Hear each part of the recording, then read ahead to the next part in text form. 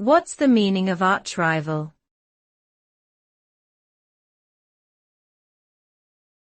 Arch-rival.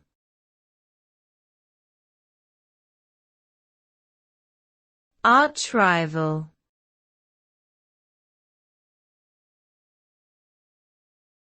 Arch-rival.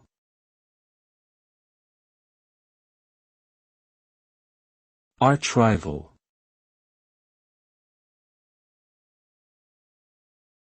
Arch-rival refers to a person, team, or group that is considered to be the greatest rival of another.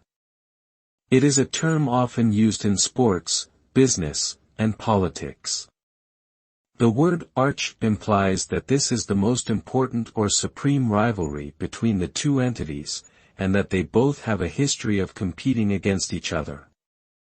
These rivalries can lead to intense competition, fierce battles, and deep-rooted animosity. The result of such engagements can be either a victory or a loss, but what remains is the enduring rivalry between the arch-rivals.